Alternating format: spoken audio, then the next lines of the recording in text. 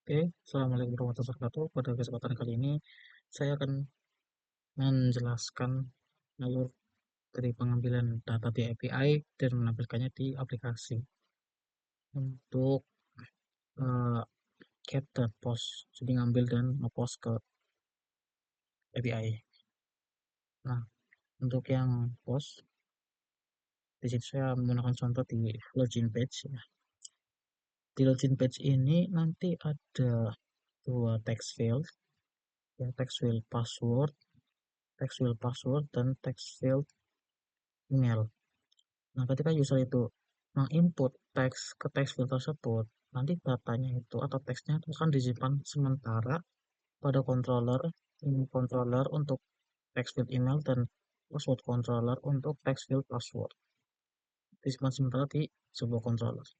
Lalu ketika user itu mengklik login, akan menjalankan function login.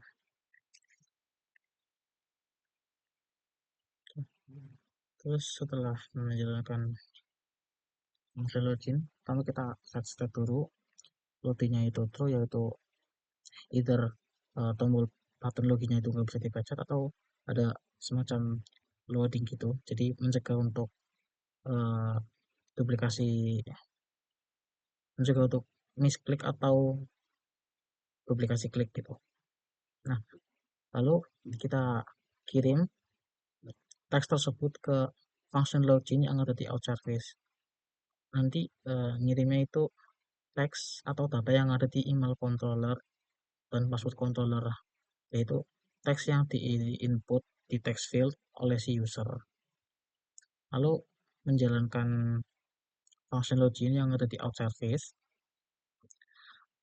Di sini function login, pertama kita post dulu ke endpoint. Pertama kita post ke endpoint API login dengan headersnya itu JSON dan bodinya itu adalah email dan password. Lalu jika responsnya itu 200 atau berhasil, maka akan uh, return datanya ya. Jadi JSON dibagi objek dengan isinya adalah body, yaitu si email dan juga password. Lalu jika gagal, maka akan ada status error dan message login tersebut gagal.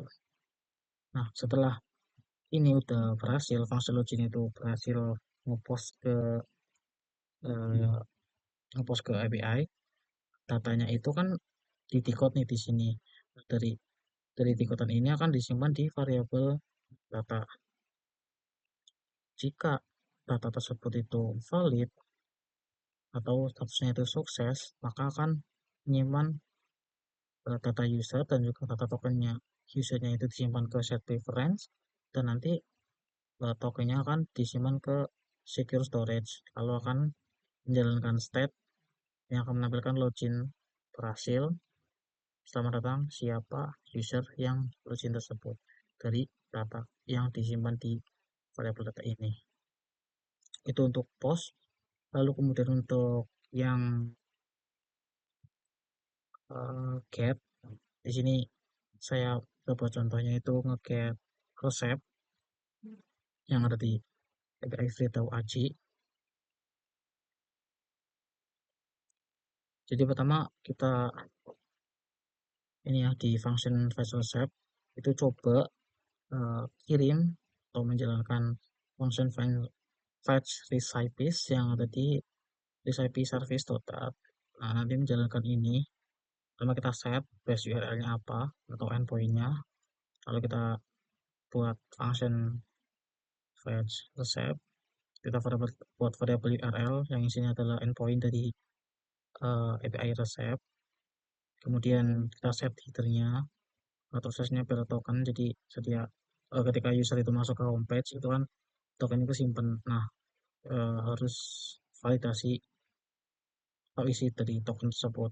Kemudian accept-nya itu JSON. Terus jika responsnya itu berhasil atau 200, maka akan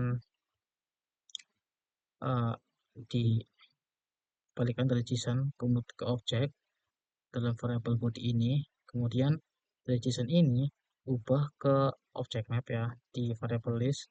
Kemudian dari variable list ini, dari object map ini diubah ke state.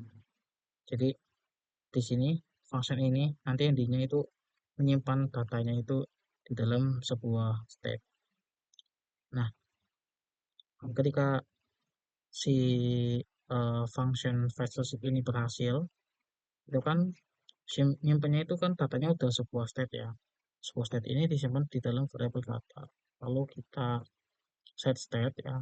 Nah, di sini kode untuk uh, nyimpan data tersebut dalam sebuah state.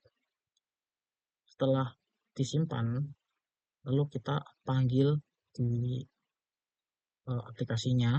Nah, untuk cara pemanggilannya itu seperti ini. Nah, contohnya ini.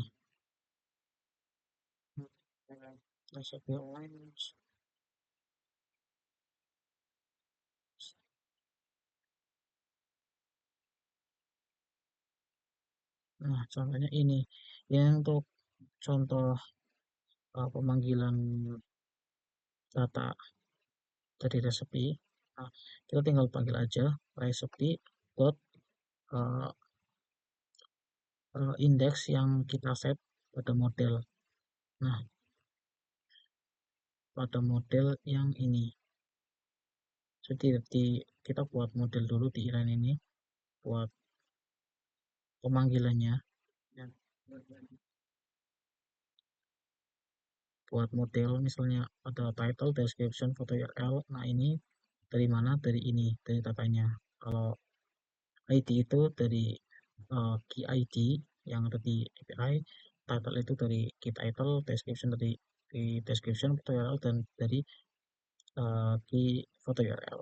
Jadi untuk pemanggilannya seperti itu, tinggal panggil aja resepi dot uh, nama sebuah variabel apa yang di set pada model yang kita set di awal. Oke, mungkin segitu saja untuk penjelasan saya kali ini. Kurang lebihnya mohon maaf. Wassalamualaikum warahmatullahi wabarakatuh.